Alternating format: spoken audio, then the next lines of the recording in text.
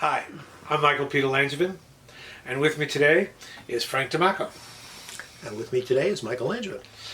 Frank, we've been talking about Rita's World 2 in a number of interviews now, and as I look it over, I get the feeling it's trying to describe things that the human mind can almost not conceive of.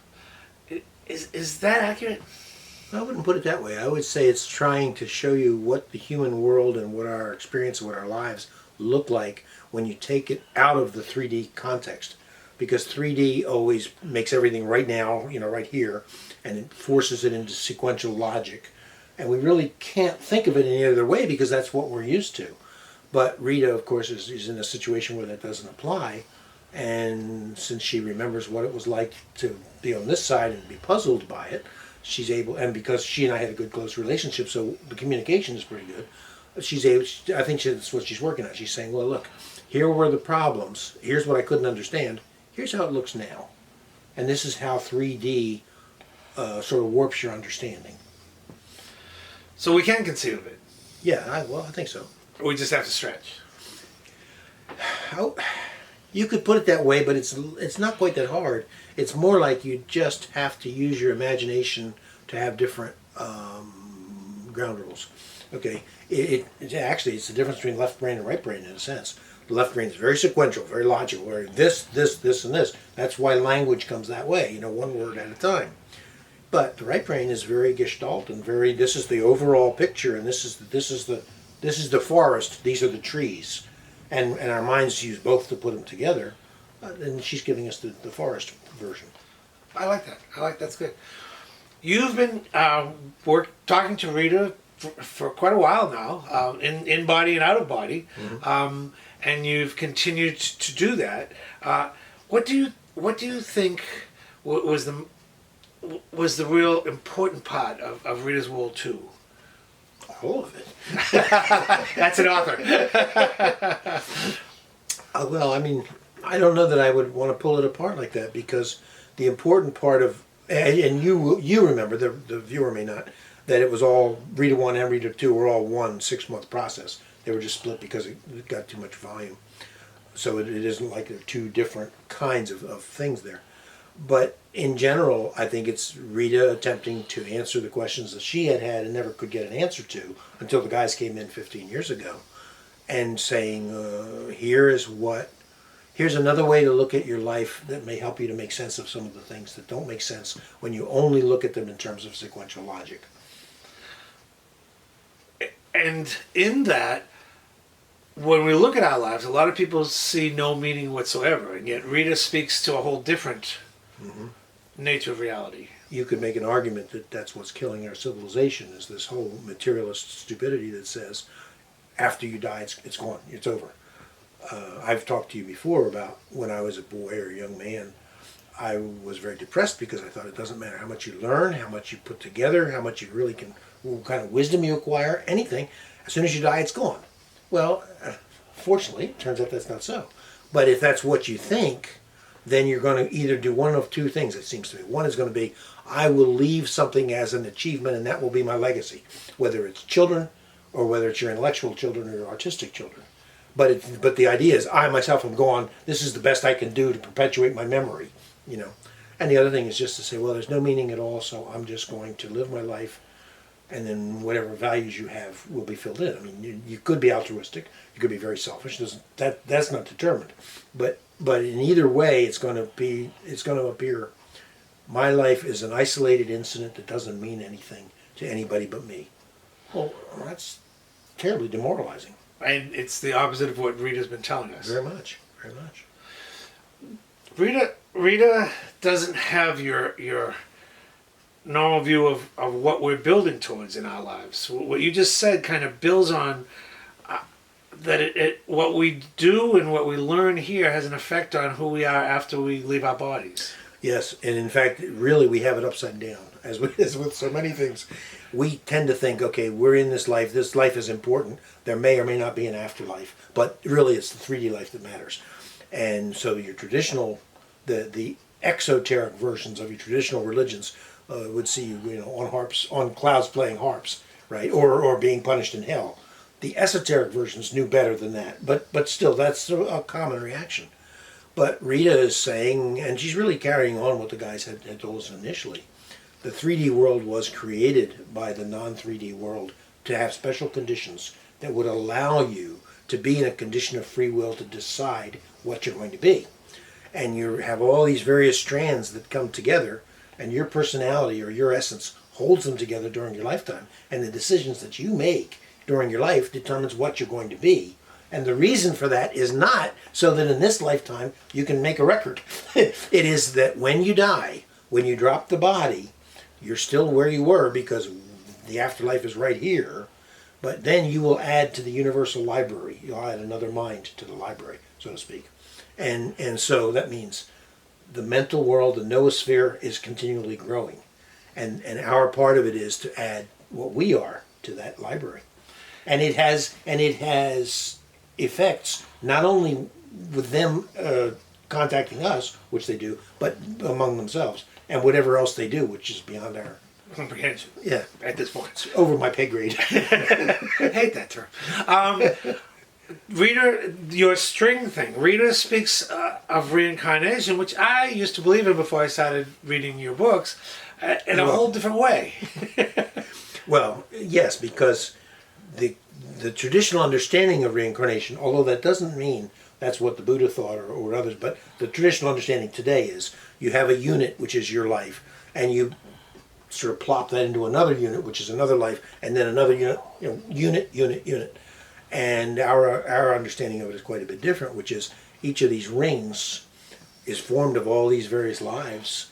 Now, so Michael Langevin, I'll give you, here's a grim thought, Michael.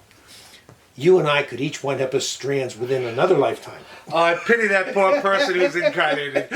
They won't be bored. But actually, that's not a bad idea. You've heard of Ann Miller years ago when she first became convinced of reincarnation, felt that she had been Queen Hatshepsut in England, in Egypt.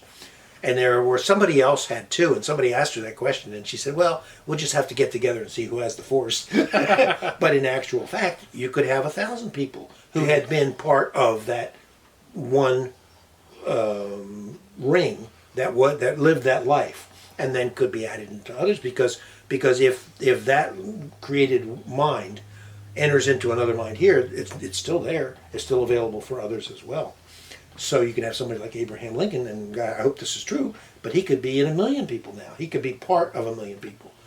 None of those people, it would depend on how you looked at it. You might say, well, this person is Abraham Lincoln's reincarnation. But it would probably be better to think of it as Lincoln is one of my strands. Yeah, no, I'm sure that's going to be a stretch for a lot of our viewers, but that's what we want. That'll work.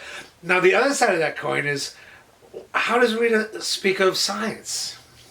Well, Rita always considered herself a scientist. She was a PhD after all, and she was a PhD psychologist, and she had a very good reputation in the field.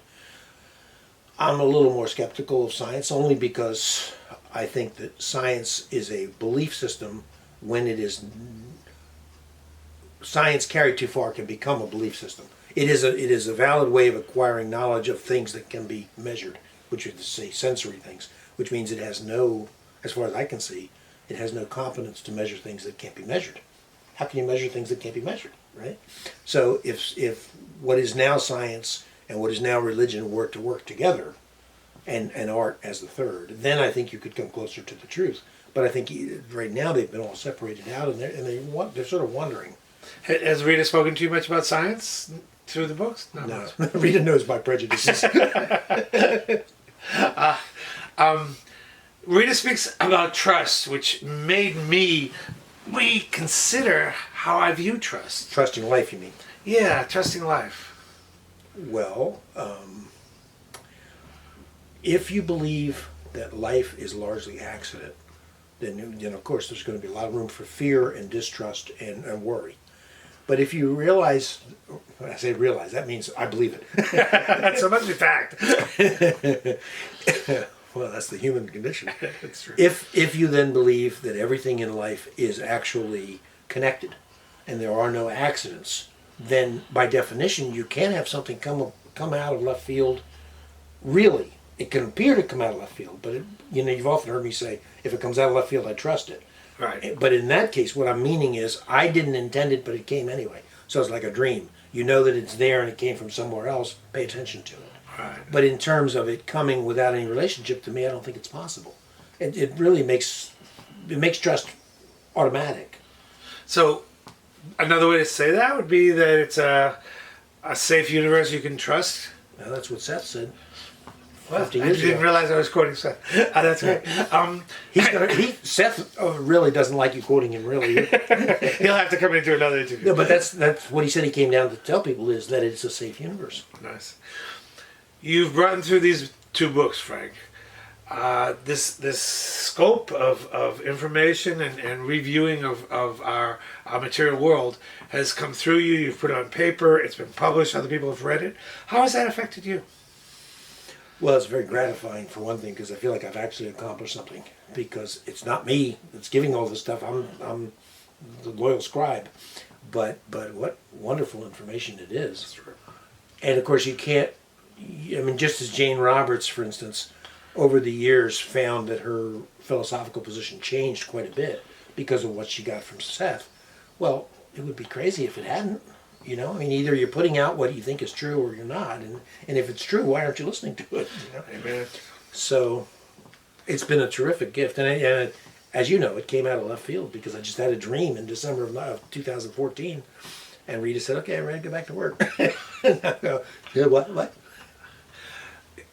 You, excuse me. You, Don't get all choked up over it. well, it's pretty heavy stuff. You've written these 2 books. You've been speaking to Rita for so long. Where do you think this goes after 2 books? Well, the 3rd book's already written and edited, and it's ready to come out in the following fall. And it's really about how it appears to you as an individual as you die. Gradually you lose the use of your senses, and then your sense of yourself changes. It has to. And your sense of what's available changes, your sense of what you did in life and what it meant, and the unexpected scope of your influence, all of that. They've all been reported in various ways in near-death experiences, but Rita is re-reporting them, taking away the distortion that comes out of the 3D perspective. In 3D, this happens, and then this happens, and then this happens. And she's saying, well, that's how it would look. But like a past life review, you might get the whole thing in one swell. Foop. Reporting it, you'd say, well, this happened, and then this happened, and then this happened. But actually, it wasn't that way. But your mind tends to rearrange it. Because we're in time and space. Yeah. So they were, in fact, I've read near-death experience reports. They bring back very good information, but they're a little puzzled about it because they can't figure out how this could have happened and this happened at the same time. You sure. see? And then it's because they are attempting to continue to use 3D logic, which is just natural. So we're having a Rita World 3 in the fall. Mm-hmm. You've continued talking to Rita after Rita World 3 was dictated down. Will there be a Rita World 4? I don't know. I'll let you know. I don't know. I didn't expect the first 3. If Rita wants to talk, I'll certainly be here to listen. I have other things, to do. Well, let's talk about those for a second. You've just finished the first draft of a novel. 166,000 words worth. Yeah, it'll be shorter when I'm finished with it, but this was the first draft, and I'm going to call it Dark Fire. It's the sequel to Babe in the Woods and Messenger, my first 2 novels. Now, I've read both of those, and they seem unrelated to me. Well, what I'm trying to do is a little difficult because I'm trying to Frank, that's so unlike you. It's easier than having an interview with Michael. Oh, shucks. On the one hand, I want to deal with thoughts about conspiracies and government and ideologies because it's all very real and it's going to be more and more a part of our lives. On the other hand, I want to talk about self-development and what people discover within themselves when they get beyond the strictly 3D and see what happens. And I happen to have a plot that intertwines the two.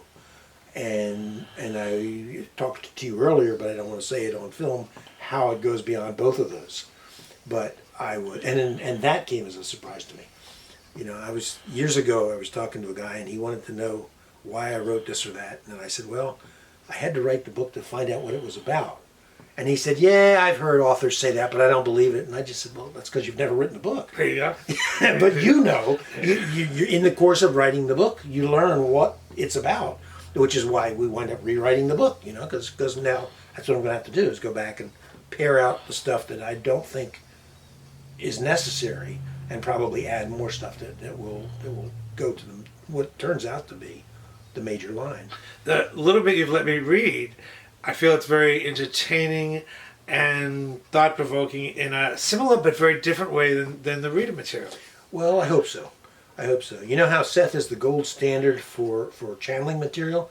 I would say Richard Bach is the gold standard for talking about metaphysical ideas in a context that really keeps you interested. And Dion Fortune as well, as you know.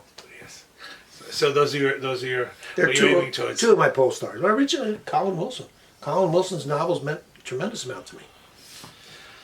Frank, are there important points that we haven't hit? Undoubtedly. Can you think of any of them? No. Frank, what's your website? Ofmyoownknowledge.com. That says it all. What a joy. Okay. Thank you very much. Thank you.